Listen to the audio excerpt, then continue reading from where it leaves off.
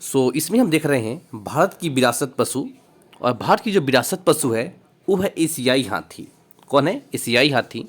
हाथी दो प्रकार के होते हैं, एक एशियाई, दूसरा अफ्रीकी। तो दोनों में फ़र्क क्या है ये भी हम देख लेंगे, अभी समझ लेंगे। पहले समझते हैं कि जो एशियाई हाथी है इसको भारत का विरासत पशु घोषित किया गया था अक्टूबर 2010 में।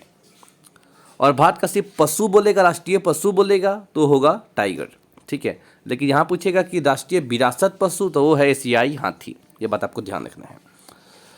जो एशियाई हाथी या फिर जो हाथी होते हैं, इनके कानों के ऊपर जो बड़े बड़े दो ईयर फ्लैप्स होते हैं, जिसको बोलते हैं कि कर्ण पल्लव, उसको कान बोलते हैं, वो शरीर के तापमान नियंत्रण करने के लिए बने होते हैं। उसमें काफ़ी मदद करते हैं, उनका शरीर का तापमान नियंत्रित रहे। अगला है, हाथी जो होता है ना, उसका स्मरण शक्ति बहुत अच्छी होती है। वो एक दूसरे को सूचना का आदान प्रदान कर सकते हैं बिना कुछ बोले हुए। अपने मतलब हाथी हाथी से बात कर रहा हूँ। और हाथी एक जटिल भाषा और शारीरिक भंगिमाओं के सहारे आपस में बात करते हैं। जैसे जब एक हाथी दूसरे हाथी के सामने घुटने टेकता है तो इसका मतलब है कि वह दूसरे हाथी को खेलने के लिए आमंत्रित कर रहा है कि आ जाओ भाई खेलते हैं हम, ठीक है। हम बच्चे बोलते हैं ना भाई खेलेगा, आ जाओ खेलते हैं, लाइक इस तरह से हाथी भी करते हैं। अगला कि हाथी जो है पानी के काफ़ी शौकीन होते हैं, आप सबने देखा भी होगा, और एक बार में लगभग 2 गैलन तक पानी पी सकते हैं, ठीक है। अगला है, हाथी लगभग 70 वर्ष तक जीवित रहता है। कितना? लगभग 70 साल तक एक हाथी जिंदा रहता है। हाथी की एक औसत उम्र जो है वो 70 साल तक होती है। हाथी जो होता है उसकी त्वचा लगभग 1 मीटर मोटी होती है। कितनी? 1 मीटर मोटी। और जो एक हाथी होता है वो प्रजनन के लिए 16 साल की उम्र तक तैयार हो जाती है, जो हथनी होती है। और साथ ही एक हाथी के 4 से अधिक बच्चे नहीं पाए जाते हैं, मतलब पूरे जीवन काल में जहाँ चला वो 4 बच्चे ही दे पाती है।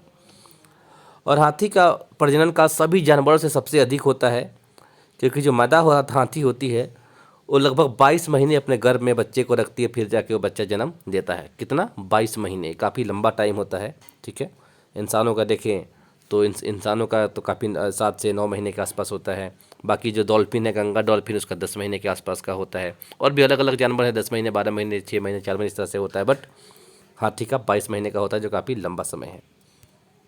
ये जो हाथी दिखाई दे रहा है ये एशियाई हाथी है। कौन सा हाथी है? एशियाई हाथी। और यहाँ पे जो इधर वाला है अफ्रीकन हाथी है, तो हमने देखा ही था। देखिए, अफ्रीकन हाथी के कान काफ़ी बड़े होते हैं और ये दांत है ये भी काफ़ी ज़्यादा अलग तरीके से होते हैं, नुकीले। और एशियाई हाथी थोड़ा सा अलग तरीके से होता है। अफ्रीकन हाथी देखा जाए तो ज़्यादा मजबूत होता है कंपेयर टू एशियन एलिफेंट, ठीक है। ये है अफ्रीकन हाथी, देख सकते हैं साइज में कितना विशाल है, कितना बड़ा है, राइट। अफ्रीकन हाथी है ये, तो ये काफ़ी बड़े होते हैं। लेकिन जो एशियाई हाथी होते हैं थोड़े छोटे होते हैं, थोड़े शांत स्वभाव के होते हैं, उनसे हम कंपेयर करें तो, राइट। हाथी हमारे अलग अलग तरीके से काम आते हैं। हमारे पुराने समय में ज़्यादा आते थे, अब तो हालांकि इनकी ज़रूरत कम हो गई है, बट फिर भी हमारे इकोसिस्टम के लिए काफ़ी ज़रूरी है ये। तो भारत सरकार ने एशियाई हाथी को राष्ट्रीय विरासत पशु अक्टूबर 2010 में घोषित किया, और वन्य जीव बोर्ड की अस्थायी समिति ने इस संदर्भ में 13 अक्टूबर 2010 को बैठक में स्वीकृति प्रदान की थी। हाथी जो है केरल, कर्नाटक, झारखंड, उड़ीसा राज्य का भी राजकीय चिन्ह है। राजकीय चिन्ह क्या है? हाथी ही है इन राज्यों का, राइट। तो जो भी इंपॉर्टेंट फैक्ट्स है इसे हमने समझ लिया, जान लिया। प्रोजेक्ट हाथी भी शुरू किया गया था बहुत पहले, ये सब एक अलग बात है, वो हम जानेंगे जब हम जियोग्राफी कर रहे होंगे तब। फिलहाल में इसमें इतना ही। सो मिलते हैं नेक्स्ट वीडियो में। Till there, bye bye and take care.